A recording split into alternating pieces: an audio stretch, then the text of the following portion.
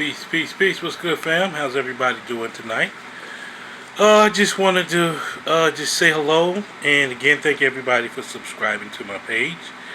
Um, I'm working on more content, working on video editing, making it look more cleaned up and professional. So just bear with me.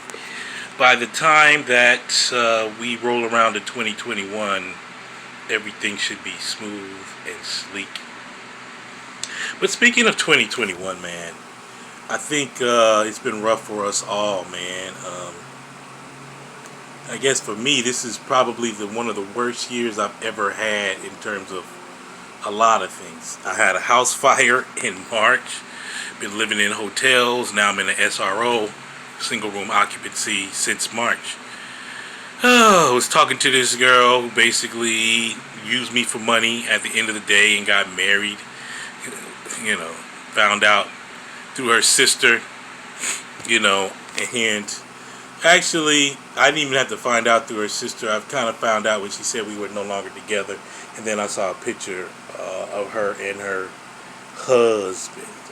Her sister never really directly told me, but when I found out, she admitted it. And I think the roughest part of that was this was a family that I was supporting, that I supported.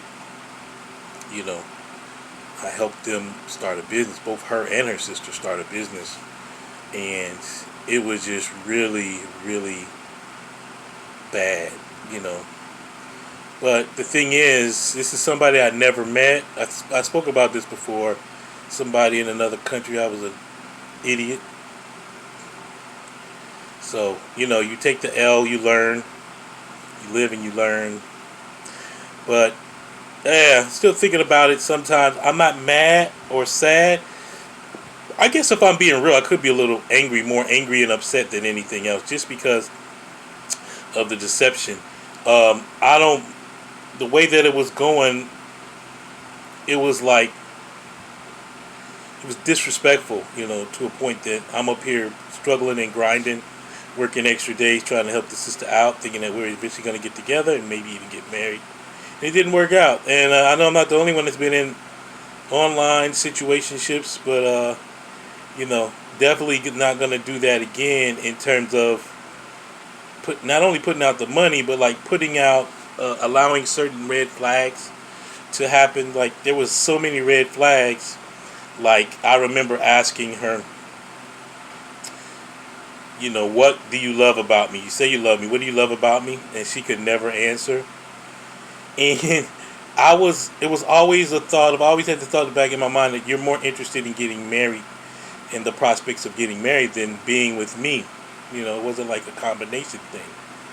And that's what it really came out to be. I don't know anything about her new husband. She lived in Nigeria, now she lives in Ghana. And what's bad about it, I guess I'm doing a full self-disclosure. I didn't even know how this video was going to start. But my full self-disclosure is, I have basically helped her move to Ghana to find her a husband. Long story short, trying to help her out and, giving her money for 2 to 3 weeks to stay there to get her paperwork because she was born in Ghana. And anyway, the Ghana passport office kind of scammed her, messed up her ID passport name, got it backwards. And then she had one for her son that was messed up. So, anyway, eventually she decided to use the rest of the money she was supposed to go back to Nigeria with to find her a place and eventually find her a man. But, another red flag that happened during this time was when I had a problem with her, the way, like, it's my money. And she was mad because I kept saying she should go back.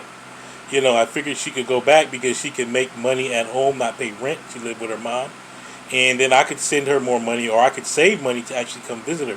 I was planning on coming to visit in January. So, I've done this video before, but it's on my mind still heavily because of the level of, like, deception that was involved. It was just really bad. I was really dumb. I did the right thing by the woman, but it was the wrong woman that I did the right thing by. And that's what I've come out. I never met her. And so I can't be like, you can't really miss what you never had, right? And I think that's the lesson I think for, and I know I'm not the only one that's been in online situationships. I don't even call it relationships, but if you never met the person and or you've had some feelings of doubt, like, what are you really missing? Was that person ever really yours? And I don't have a sense. I don't have that sense. That's why I'm not hurting. It's not ego. It's not because I'm angry or anything. It's just I never met the person, and I never really had the true sense that we were like, we were truly, really together. I had hopes. I didn't talk to other women. I didn't even look at other women. That's how loyal I am. And I look at it like I took the L on the one hand, but then on the other, it's like, this is what you're supposed to do by the woman that that you want to be with. So you just got to be careful, fellas that are watching this. And I need to have more fellas to watch this. You have to be careful who you give your heart and your time to. And if you can't discuss those red flags, then it's a bigger red flag. And I guess the same could be said for women as well. Not I guess, but for real. If it's a red flag that bothers you and that person doesn't want to discuss it, that's not a red flag. That's a green light that it's time to go, if you can go. So that's those are some of my lessons from that online situationship. And I would definitely say that people should not partake in that if they